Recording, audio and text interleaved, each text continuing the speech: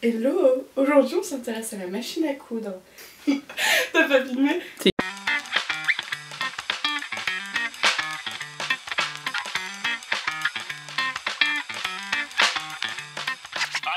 Pour cette vidéo, on va parler du fonctionnement de la machine à coudre. Alors on arrête de stresser, ce n'est pas si compliqué que ça. Je sais que quand on a la machine, on panique un peu, mais vous allez voir, c'est ultra simple. Il y a quelques boutons qu'on retrouve sur toutes les machines.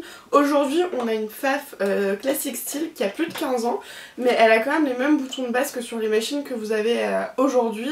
Sur une machine à coudre mécanique, on a quelques boutons qui sont systématiquement présents. Vous avez déjà la manette sur le côté qui dirige manuellement votre aiguille. Vous avez le pied de biche qui se trouve ici, un bras qui s'enlève ou qui se tourne, une pédale et quelques boutons de réglage qu'on va regarder plus en détail maintenant. Première étape, on vient installer la bobine. Alors sachez que sur la plupart des machines vous avez le chemin qui est indiqué directement dessus et qu'en plus vous avez un schéma relativement clair sur votre notice. Pour commencer, on vient glisser notre fil dans le premier crochet, on enchaîne tout de suite avec le second et on vient descendre le fil.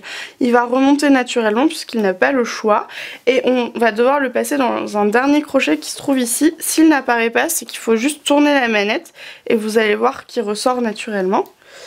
Une fois que vous l'avez accroché sur ce crochet là, on descend et on vient de passer dans le chat de l'aiguille.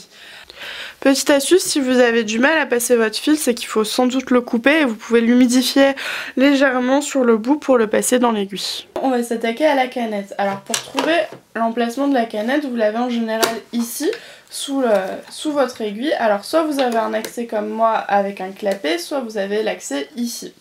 Dans mon cas, vous avez un petit boîtier qu'il faut venir sortir et ensuite on vient y insérer la canette déjà embobinée dedans.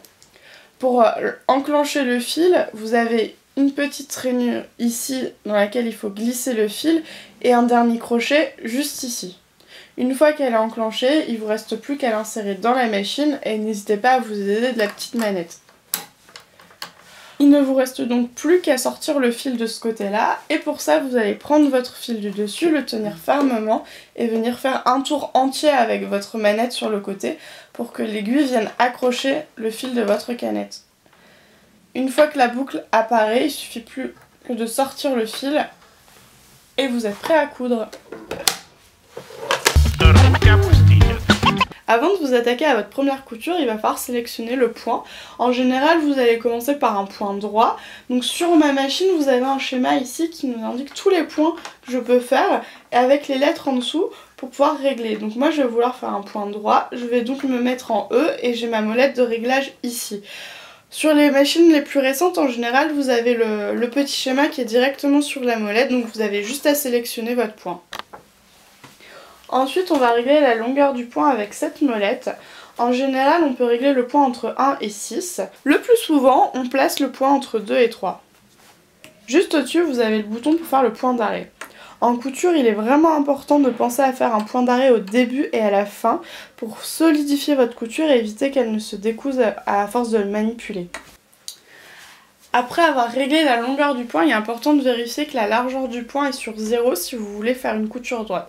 Par contre, si vous voulez faire un zigzag qui vous permettra de surfiler votre couture enfin et éviter qu'elle ne s'effiloche, dans ce cas-là, vous pouvez régler le point entre 0 et 5. Je vous conseille de faire un zigzag le plus large possible.